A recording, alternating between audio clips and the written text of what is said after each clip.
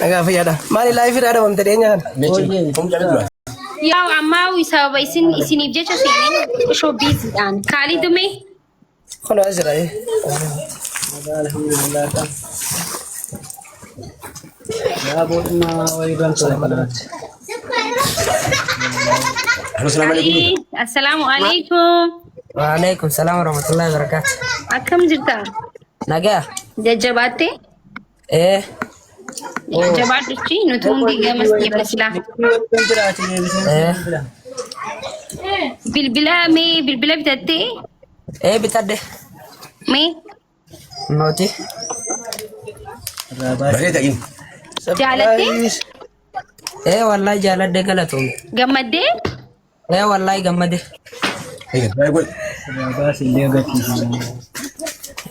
Waannaan ati gammaduudha shii? Esh. Baga gammadde koofluu kan kee kana harkee gammadde wallahi anu. Maashaallah. Hedduu galatooma asini. Galatoome ajje. Haadha miskiinaa. Rakkoon qabu. Amma bilbila kiyya siifin ergaa bilbila kiyya siif godhattee ani siifin bilbilaa atis naa bilbiltaa akka obboleetitti amgizuma hundaa'u si bira dhaabbadhaa. Akkuma beekamutti gargaarsi uummanillee gargaarsa siif godha. Miidiyaa tokkollee dubbisuun ture. Miidiyaallee dubbisuun ture akka si dhiyeessaniif jechuudha. Gargaarsi kan kee akka Oromoo qofatu osoo hin taane akka Itoophiyaatti akka deemu waan barbaaduuf nama hedduutu Oromoo bichaa osoo hin ta'in ijoollee hedduu namoota hedduu sabaaf sablammii hedduutu si gargaaruu barbaada. Si bira dhaabbachuu barbaada si galee. Kanaafuu akkaawuntiin akkuma beekamutti akkaawuntiin amma banamee uummannilee ni beeka. Ustaazota imaamota ganda saniitiin kan akka haadhatti bira dhaabbatu jiraniin akkaawuntiin banamee ni beektan kan nama keenya. Akkaawuntii yoo maqaa isaatiin banamee irra namni maallaqa kanna ni beektanii miti. Kana hundi keenya waan beenu obboleeyyan isa malee xixiqqaa lamaatu jira. Maqaa isaaniitiin isaan sadeeniin akkaawuntiin haa banamu. Isee akkaawuntiin banamee hundi keenyaa Kaalid bira dhaabbannaa jechuu barbaada.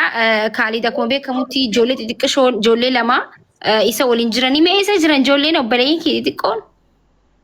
Ijoolleen ala jirti gabbaan. Okay.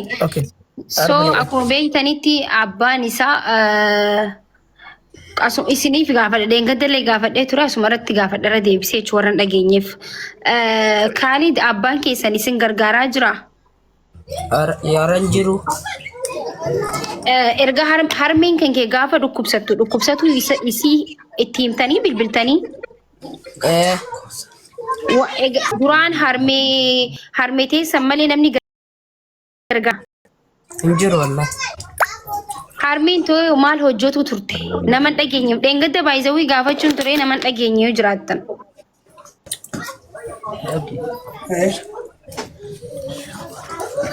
Dubbaddu Kaalid. Sira dubbachuu jirtaasa? Harmeen kee maal hojjetaa isin guddisuu turte? Suuqii shaqaxa. Abbaan keessan takka isin gargaaree hin beeku? Hin beeku wallahi waa takka. Amma ijoollee tana ka guddisu si malee namni biraa hin jiru jechuudha miti namni si gargaaru.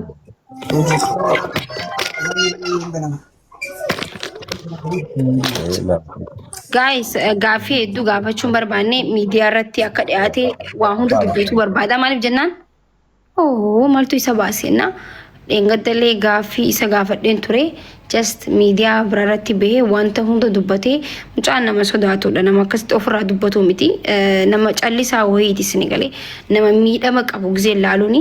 Abbaan isaa jijjigatti bultii biraa ijaarratee achi jiraata.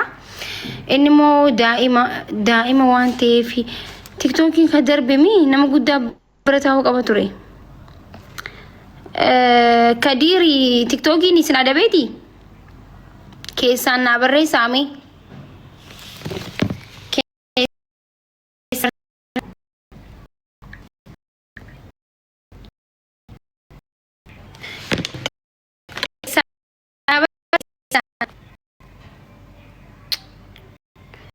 Okay, adabeetu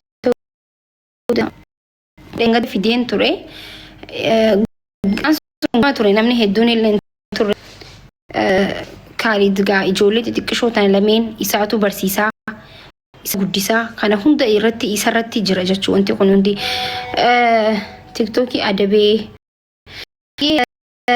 bita kan dhagore abbaa gammada akka barumsa isaa biisuuf waadaa seenamee jira wanti jiru hola lamoo dubbii dhugaati na deebisaa mee asumaan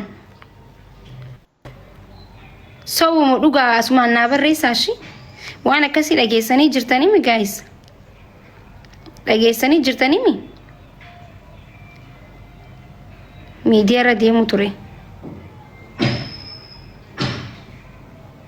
sawwamu dhugaa na barreessaa jira kwa na barreessaa jira dhugaadha waaw dhugaadha Hai dasja akastaan dasja wanta sanis akka hojirra ooluuf dhugaadha je abbaa dulaa gammada akka isin si barsiisuuf waadaa si seenee jira sanifu yoo dhugaate wanti sun akka irratti hojjetamu goonaa jechuudha haasawaa qofa akkan taane